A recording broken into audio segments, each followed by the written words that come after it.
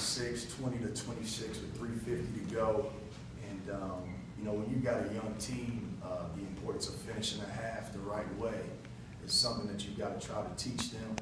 I can take responsibility for that. I haven't really emphasized that. But I think that's kind of where the game got out of hand a little bit.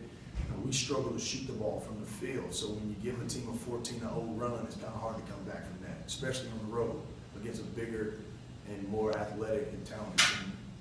You knew about Damian. I mean, I'm sure you knew about all the players, but Damian Jones is the one a lot of people focus on. When Cornette has that type of game opposite him, much you can do about that? No, not much we can do at our level about that. You know, I thought our guys were very active in the zone early on. I'm always telling them if we're going to get beat, it's going to be from deep as opposed to, you know, inside. And I just thought Luke Cornette played a great game. He did what you're supposed to do. We paid a lot of attention to Jones, keeping the ball out of the post whenever he got it, and he kind of stretched the floor. The big kid number 3 did, so he did a great job.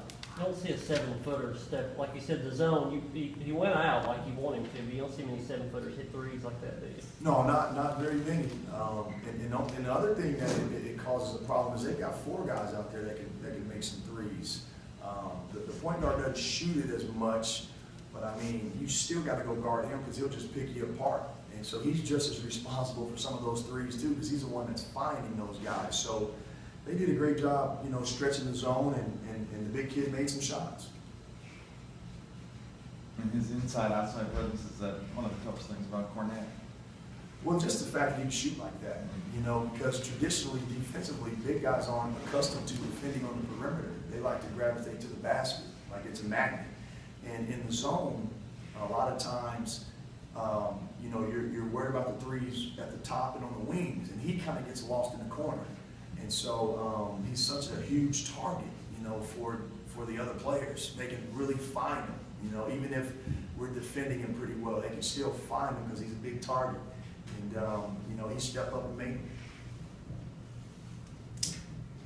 Coach, talk about the transformation from the beginning of the season to now. I know it's only been 4 games, but of Charles Tucker, what he's done offensively. Got held without a field goal in the first game, and he's really kind of come on these last couple of games. Yeah, I just think it's a matter of him being aggressive, not playing what I like to call on eggshells. That's a problem with a lot of our players right now.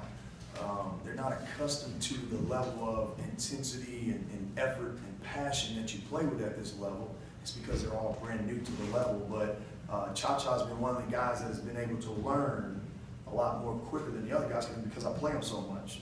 You know, tonight he played 37 minutes. You know, it's almost impossible not to learn something playing that long. But I was glad to see him play aggressive as well as Darion Reddick. I think that they're both talented freshmen for us. And in order for that talent to be exhibited, they're going to have to play with that amount of emotion and effort. That's it. Thanks, guys.